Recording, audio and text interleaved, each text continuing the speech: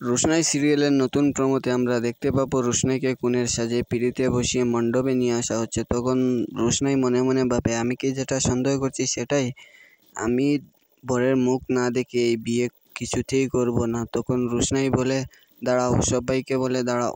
তখন সবাই রোশনাইয়ের কথা শুনে দাঁড়িয়ে গেছে। তখন রোশনাই উঠে গিয়ে মুখ থেকে বরের মুখের জাজটা টান দিয়ে ছিঁড়ে ফেলে দেয়। তখন সবাই দেখতে পায় এটা রাজেশ বসে আছে। তখন আরণ্যক দেখে বলে, আমি এই বিয়ে কিছুতেই হতে দেব না।